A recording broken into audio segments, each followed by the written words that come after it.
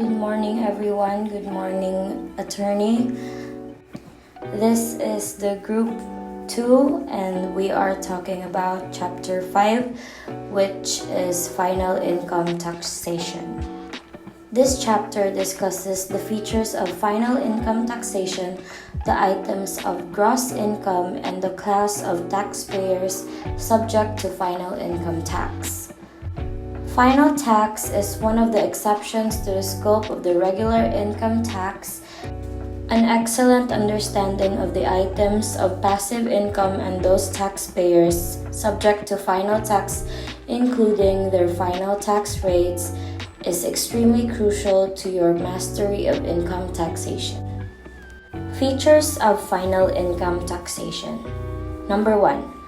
Final tax. Number 2. Tax withholding at source. 3. Territorial imposition. 4. Imposed on certain passive income and persons not engaged in business in the Philippines. The final withholding system. The final withholding system imposes upon the person making income payments the responsibility to withhold the tax. The tax which will be deducted at source is final. The taxpayer receives the income net of tax, and there would be no need for him to file an income tax return to report the same. The final withholding system is inherently territorial. It applies only to certain passive income earned from sources within the Philippines. Note that taxation is territorial and we cannot impose tax obligation, filing, or withholding against non-resident subjects of foreign sovereignty. Hence, all items of income earned from sources abroad, passive or active, are subject to tax under the general scope of the regular income tax. Rationale of final income taxation. The final withholding tax is built upon taxpayer and government convenience. It relieves the taxpayer of the obligation to file an income tax return. This is very convenient for taxpayers who are limited by distance, time, and cost to comply. For the government, the final withholding system is the most convenient and effective system in collecting taxes on income where there is high risk of non-compliance or tax evasion. Under the NIRC, final income tax is imposed on certain passive income and upon non-resident persons not engaged in business in the Philippines. Passive income. Items of passive income are earned with very minimal involvement from the taxpayer and are generally irregular in timing and amount. Unlike items of active income, they are not usually specifically monitored by taxpayers. When not recorded by the taxpayer, their existence can be difficult to predict, while their actual amount may be difficult to determine. Thus, the final withholding at source is the most favored scheme in taxing items of passive income. Non-resident persons not engaged in business in the Philippines. Non-resident persons not engaged in trade or business in the Philippines, such as non-resident aliens not engaged in trade or business, or NRA-NETBS, and non-resident foreign corporation or NRFCs have risk of non-compliance. These taxpayers do not have offices or fixed places of business in the Philippines, making tax compliance very unlikely due to their absence and distance in the Philippines. Also, the Philippine government cannot impose upon them the obligation to file return due to territorial consideration. Thus, the law subject them to final income tax wherein Philippine residents paying their income, passive or active, are obligated to withhold the following final tax.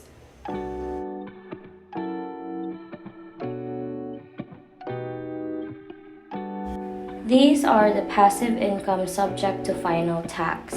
Number 1, interest or yield from the bank deposits or deposit substitute. 2, domestic dividends in general. 3, dividend income from a real estate investment trust. 4, share in the net income of a business partnership, taxable associations, joint ventures, joint accounts, or co-ownership. 5, royalties in general. 6, prizes exceeding 10,000 pesos. 7, winnings. 8, informers' tax rewards. 9, interest income on tax-free corporate covenant bonds. Final tax on individuals and corporations. Unless otherwise indicated, the final tax rates to the discussed in the following sections apply to all taxpayers, individual and corporations, other than A. Non-resident alien not engaged in trade or business, and B. Non-resident foreign corporation. Interest income or yield. Interest income or yield from local currency bank deposit, deposit substitute, trust funds, and similar arrangement are subject to final tax as follows. Note that 1. Per Section 3 of RR 14/2012 and reiterated under RMC 7/2015. The final tax on deposit applies only to those made with banks. Lastly, NRA, NETBs, and NRFCs are subject to the 25% general final tax on the income interest.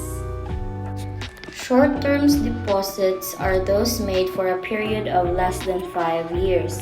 Long-term deposits are investment certificates referred to certificate of time, deposit, or investment in the form of savings, common or individual trust funds, deposit substitute, investment management accounts, and other investment with a maturity of not less than 5 years, the form of which shall be prescribed by the BSP and issued by banks only. To individuals in denomination of 10,000 pesos and other denomination as may be prescribed by the BSP.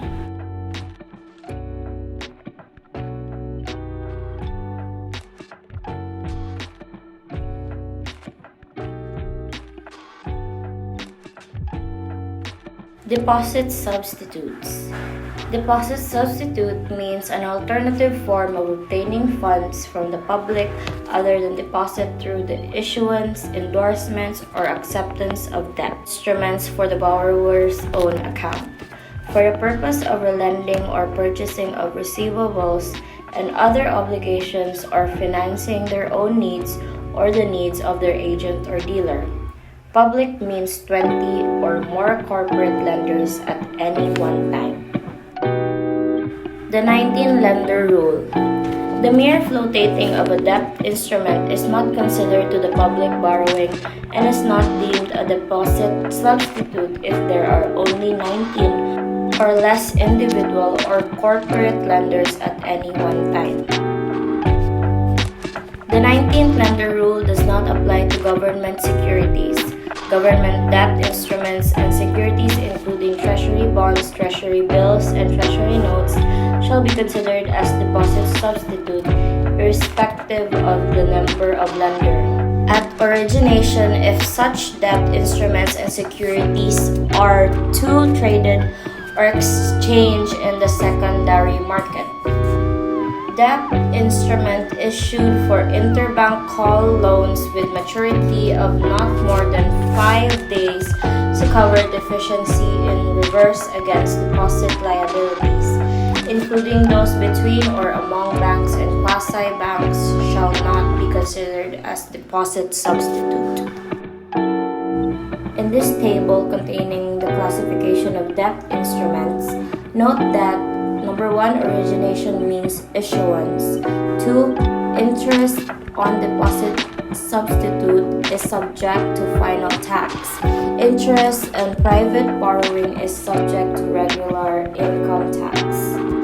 Any person holding any interest, whether legal or beneficial, on a debt instrument or holding thereof, either by assignment or participation, with or without recourse, shall be considered as lender and thus be counted in applying the 19 lender rule. Thus, debt instruments may not be initially considered deposit substitute for failing the 19 lender rule, but may subsequently qualify as such when the number of lender increase to at least 20, when any of the original lenders assigned, securitized, or participated out the debt instrument. Timing of withholding of final tax. Number 1. Zero coupon instruments or securities upon origination. 2. Interest-bearing instruments or securities upon payment of interest. In this table, we will see the summary of tax rules on interest on debt instruments. Trust funds or investment management accounts. Investment in trust funds of banks, except qualified exempt employee trust funds, or investment management accounts are subject to the final same tax rules. However, in order to claim final tax exemption on long-term investment, it is also mandatory that A. The investment of the individual investors in the common or individual trust fund or investment management account must be held managed by the bank for at least 5 years. B. The underlying investments of the individual trust account or investment management accounts must qualify as a deposit substitute issued by a bank. C. The individual trust account or investment management account must hold on to such underlying investment for at least 5 years. Pre-termination of long-term deposits or investment of individuals. If the deposit or investment placement of individual taxpayer is pre-terminated before 5 years, any previously untaxed or exempted interest income will be subjected to the following final taxes upon pre-termination. In this table, we will see the holding period of less than 3 years and its pre-termination tax of 20%. 3 years to less than 4 years is 12%, 4 years to less than 5 years is 5%, 5 years or more is 0%. Pre-termination, transfer, or negotiation of investment certificates. For purpose of applying the pre-termination rates for individuals, taxpayers on long-term investment certificates, the remaining maturity of the instrument must still satisfy the 5-year requirement. Foreign currency deposit with foreign currency depositary banks. The interest income from foreign currency deposit under the foreign currency deposit system or expanded foreign currency deposit system by residents is subject to final tax of 15%. In this table, we will see the taxpayer, residents, non-residents, residents, individuals is 15%, their corporation will be 15%, non-residents are exempt, and still for the corporations. Note that resident taxpayers include resident citizens, resident aliens, domestic corporation, and resident foreign corporations. 2. Non-resident taxpayers include non-resident citizens, non-resident aliens, and non-resident foreign corporations. 3. It should be emphasized that NRA, NATBs, and NRFCs are also exempt. 4. There is no long-term or short-term classification of foreign currency deposits. The reduced final tax rates on interest income on foreign currency deposit and the exemption of non-resident depositors are intended to encourage the deposit of foreign currencies in our banks, which will be used in the financing of our international trades. Our Philippine peso is not globally accepted currency. Our foreign trade will be limited without adequate foreign currency reserves in our banking sectors. Joint accounts on forex deposits. If the bank account is jointly in the name of non-resident and a resident taxpayer, 50% of the interest shall be exempt, while the other 50% shall be subject to the 15% final tax. Interest income subject to regular tax. Interest income from the following sources is subject to regular income tax, not to final tax. Number 1. Lending activities, whether or not in the course of business. 2. Investments in corporate bonds. 3. Promissory notes. 4. Foreign sources, whether bank or non-bank. 5. Penalty for legal delay or default. Dividends. Dividends means any distribution made by a corporation to its shareholders out of its earnings or profits and payable to its shareholders, whether in money or in other property. This meaning can be found in Section 73 of National Internal Revenue Code or NIRC. There are different types of dividends: cash dividend, property dividends, scrip dividends, stock dividends, liquidating dividends. Cash dividends are dividends that will be paid to the shareholders in cash. Property dividends are not paid with cash but with properties like stocks owned by the corporation or securities of another corporation.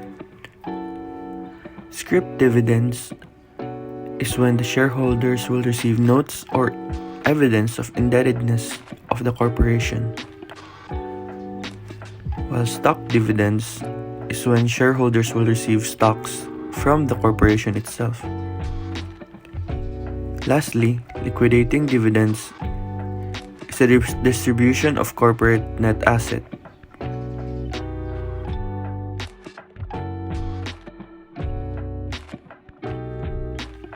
Dividends are subject to taxation, but there are exemptions on stock dividends and liquidating dividend. The stock dividend that are transferred from the surplus of the corporation into a capital account will not be taxed, but when a corporation distributes stock dividends to employees or sells the stock dividends, then by law it will be taxable. Then, liquidating dividends. The National Internal Revenue Code states that liquidating dividends are seen as an exchange of properties and as such will not be taxable. When the cost of investments have exceeded the liquidating dividends, then the excess will be taxable as capital gain. Normally, stock dividends are not taxable, except when either conditions are met. First, subsequent cancellation and redemption. When a corporation distributes stock dividends, then cancels or redeems the issued stocks, it will lead to the stock being taxable dividends, and the earnings or profit from the issued stock will then be taxed. Second, if it leads to substantial alteration ownership in the corporation. When a corporation sells stocks, dividends in return or cash dividends, or when the corporation declares an optional stock or cash dividend.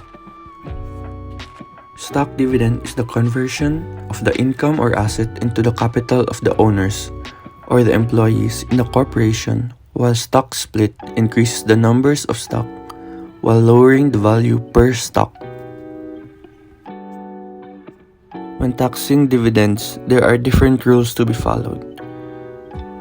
Taxing dividends declared by a corporation has rules. When a domestic corporation declares dividends, the individual shareholders will have a 10% tax on their dividends, but the corporate shareholders will be exempted from the taxation.